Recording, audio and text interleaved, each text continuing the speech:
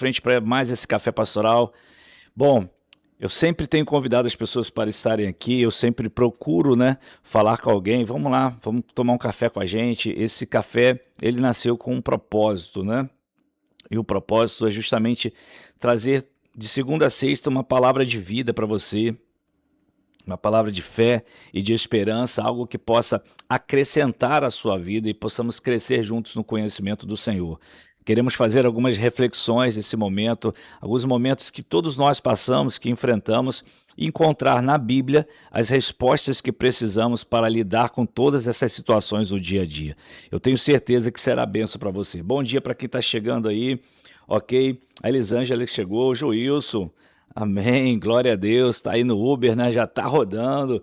Ok, você que está aí no Uber, você que está na sua casa, você que está na van, você que está no ônibus, você que está no trabalho, você que está saindo do trabalho, você que está se preparando aí, já começando a arrumar as coisas de casa. Deus abençoe sua vida, Deus abençoe muito você. A Lucy também lá em Niterói, também está chegando aí, glória a Deus, bom dia. É muito bom estarmos juntos. Vamos agradecer a Deus, vamos fazer essa oração de gratidão. Você já parou para agradecer a Deus hoje? Eu sei que a gente já acorda numa agitação tão grande, né? Tanta coisa para resolver. Agora há pouco eu estava aqui organizando na minha mente algumas coisas que preciso resolver, e uma coisa que eu aprendi é coloca no papel, anota tudo, porque inclusive por exemplo, se você sofre de ansiedade, uma das técnicas que eu aprendi é você sempre anotar o que você precisa resolver no dia, porque isso ajuda no tratamento da sua ansiedade. Sabia disso? Você coloca no papel e você força menos a sua mente a gerar pensamentos e gerar menos ansiedade para você naquilo que você tem que resolver. Então fica uma dica aí, né? O canal não é para isso, mas fica uma dica aí para você. Anote sempre o que você precisa fazer, ok? Bom, queridos, eu quero orar com você agora, queridos e queridas, né? Quero orar com vocês agora e vamos agradecer a Deus. Se você já agradeceu ao Senhor hoje, vamos agradecer juntos?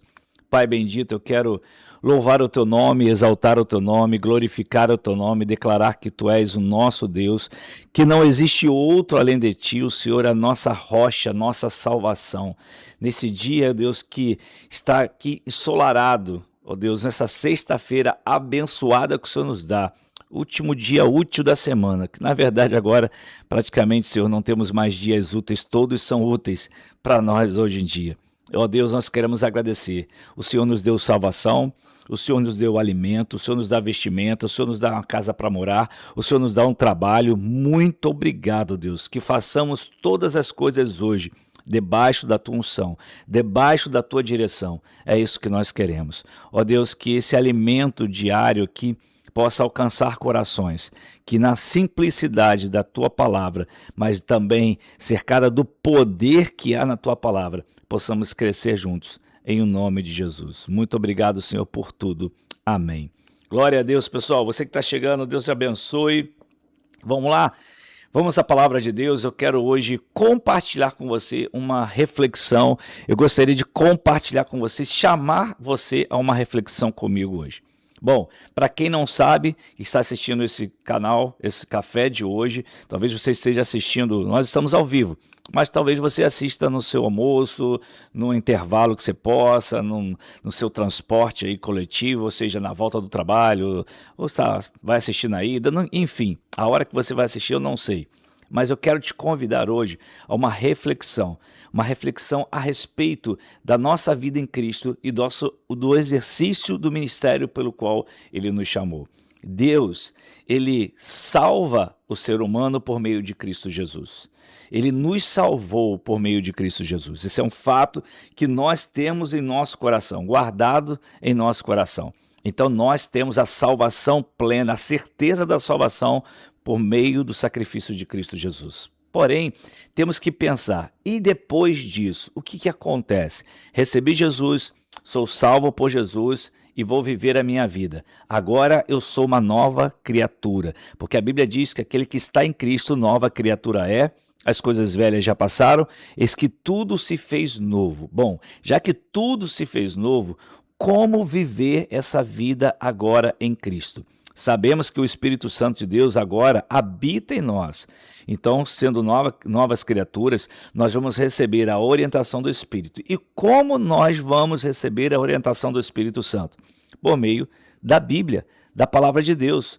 É lendo a Palavra de Deus, é aprendendo a Palavra de Deus, que nós vamos, nesse processo de santificação, ok? Ou seja, nós vamos sendo santificados, nós vamos aprendendo essa palavra, nós vamos lidando com essa palavra e nós vamos aplicando essa palavra. Então, todos os dias é importante você estar lendo a Bíblia, é importante você estar meditando na palavra de Deus, é importante você estar orando ao Senhor para rasgar seu coração diante do Pai, falar com Ele, confessar seus pecados, assim como eu confesso, como todos nós confessamos, declarar nosso coração para Ele, ou seja, dizer que somos dele e tendo a certeza disso mediante a palavra. Então, é assim que vivemos. Então, a partir desse momento que somos novas criaturas em Cristo, nós temos esse relacionamento, nós devemos ter esse relacionamento com o Senhor, que vai nos instruir, segundo a sua palavra, para superarmos os desafios que todo ser humano enfrenta nessa vida. Todo ser humano, seja cristão ou não. Todos nós estamos sujeitos às mesmas coisas que qualquer outra pessoa enfrenta, mesmo não tendo Jesus.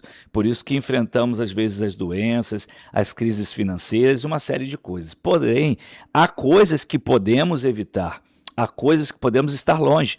Depende se nós vamos aplicar ou não a palavra de Deus, porque a Bíblia, ela nos dá as instruções, que é a Bíblia, que é a palavra de Deus viva, ela dará a cada um de nós a instrução ou as instruções para que nós possamos viver essa vida, enfrentar os problemas e também, às vezes, evitar muitos dos problemas. Tem gente que gosta de entrar em problemas, tem gente que gosta de estar envolvido, parece em problemas. Onde tem um problema, parece ter uma pessoa envolvida, né? Parece que aconteceu uma situação, parece que o nome da pessoa já está lá, ela já faz parte do problema. Agora, tem muita gente que pode aprender a evitar um problema e a Bíblia nos dá respaldo para isso. Agora, o que eu faço então depois que eu sou cristão? Eu preciso entender que Deus, Ele me salvou por um propósito. Ele me salvou para me dar a vida eterna, ou seja, eu olho para a eternidade com Cristo hoje, eu não estou mais morto eternamente, eu estou vivo eternamente em Cristo. Então, se eu partir hoje, vindo o juízo, como diz Hebreus, eu estou ao lado do Pai. O meu julgamento, eu sou absolvido pelo sangue de Cristo Jesus, não por meus méritos, mas pelo sangue de Jesus. Porém, enquanto eu estiver nessa terra, tem que haver alguma coisa, e a Bíblia nos dá a resposta para isso. Há coisas que nós precisamos realizar. Por quê? Assim como Cristo nos alcançou, Ele quer que alcancemos outros. Nós nos tornamos, além de pessoas salvas eternamente, nos tornamos, pessoas que têm agora uma vocação, ou seja, um chamado, que é o chamado do ministério da reconciliação. Esse ministério todos nós temos. Ou seja, eu sou agora lavado pelo sangue do Cordeiro, tendo o Espírito Santo em mim. Eu sou agora alguém que testemunha a respeito de Cristo. E esse testemunho, ele é feito por atitudes, por comportamentos, obviamente, e pela palavra. Eu anuncio essa palavra. Olha só o texto que há poucos dias eu ministrei ali na Igreja Renovar aqui em São Gonçalo, no Laranjal. E eu ministrei a respeito desse texto, mas eu queria apontar para isso agora mais uma vez. Mateus capítulo 9, a partir do versículo 35. Jesus ia passando por todas as cidades e povoados, ensinando nas sinagogas, pregando as boas novas no reino e curando todas as enfermidades e doenças. Ao ver as multidões, teve compaixão delas, porque estavam aflitas e desamparadas, como ovelhas sem pastor. Ou seja, a palavra aqui no grego é aquele que apacenta um rebanho, aquele que cuida de um rebanho. Então ele traz a analogia de um pastor de ovelhas para, olhando a multidão, ver, essas pessoas estão sem um pastor, estão sem alguém que os apacente. E aí Jesus, ele disse aos seus discípulos, ele agora tira os olhos da multidão e olha para os discípulos. A colheita é grande, mas os trabalhadores são poucos. Peçam, pois, ao Senhor da seara que envie trabalhadores para a sua seara. Queridos, um dos grandes dilemas que nós pastores, eu falo agora, vou falar por mim, ok? Pastores que eu conheço e falo por mim e tantos outros, obviamente, você que talvez lidere de alguma forma, às vezes você lidera na sua igreja um grupo de intercessão, talvez você lidere uma célula, um pequeno grupo, talvez você lidere um ministério, você tem esse papel de liderança. Eu tenho certeza absoluta que um dos maiores desafios que estamos enfrentando nos dias de hoje está relacionado aos vocacionados, ou seja, aqueles que são chamados por Deus, aqueles que são vocacionados por Deus, mas não estão respondendo a esse chamado. Hoje, este é um dos maiores dilemas. E posso afirmar a vocês que isso está acontecendo dentro da Igreja de Cristo, mas isso é um fato que tem acontecido em várias outras, por exemplo, empresas do mundo aí corporativo, né, do mundo, né, enfim, da sociedade, porque eu já assisti essa pesquisa, e uma pesquisa muito séria, dizendo que a maioria das pessoas hoje não querem, e pessoas que estão em formação em universidades, sabe, caríssimas, e essas pessoas, elas não querem mais se comprometer a nível de liderança. E por que isso está acontecendo? E por que muitos vocacionados estão hoje fugindo desse chamado?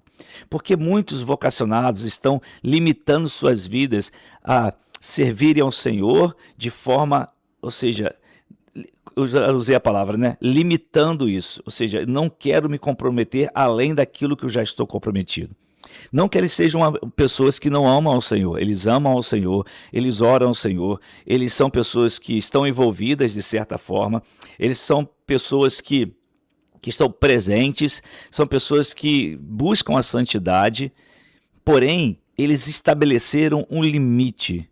E por que aconteceu isso? E por que eles se firmaram nesse limite e não conseguem romper?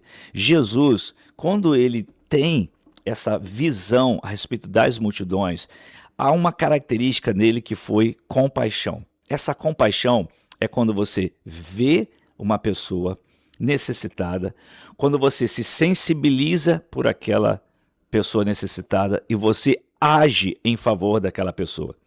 É diferente de você ver, sensibilizar-se e simplesmente dizer, puxa vida, né? Caramba, ele podia estar melhor. A compaixão, ela faz com que nós possamos agir, ela nos leva a uma ação. É diferente de você sentir, como alguém chama, pena da pessoa, né? A gente às vezes fala isso, eu tenho pena da pessoa. Olha, não, a compaixão, ela nos leva a agir. Por isso Jesus disse, o texto diz que Jesus teve compaixão. Jesus, ele olhou, sensibilizou-se e agiu. Ele deu a sua vida por nós. Ele derramou seu sangue na cruz por nós. Vocês estão me ouvindo aí? Amém? Se tá entendendo isso, você que está aí ao vivo, você pode dizer ok, amém. E aí, quando nós olhamos essa realidade que estamos vivendo, nos vem a pergunta, Senhor, o que está acontecendo? O apóstolo Paulo, quando escreve a sua segunda carta ao jovem pastor chamado Timóteo, seu filho na fé, ele diz algo muito interessante a Timóteo no capítulo 3. E ele vai começar a relatar a respeito do momento do fim de todas as coisas. Ou seja, como que vai acontecer e como será a sociedade que nós estaremos vivendo. E aí eu sempre gosto de citar esse texto, porque ele vai dizer assim, olha, os últimos dias serão dias terríveis. Em algumas versões está assim, capítulo 3, versículo 1 de 2 Timóteo. Em algumas versões está assim, os últimos dias serão dias muito trabalhosos, na verdade pesados. Então, nós estamos percebendo que a sociedade que nós estamos vivendo, a vida que estamos vivendo, pelo menos aqui em nosso país, eu falo de Brasil, a nossa realidade, eu não estou falando de outra realidade de outros países, nós precisamos sobreviver. Nós precisamos sobreviver. E para haver sobrevivência nessa sociedade, você precisa trabalhar. É um ponto-chave. Sem trabalho, você não tem recursos. Então, quem não trabalha não recebe recursos.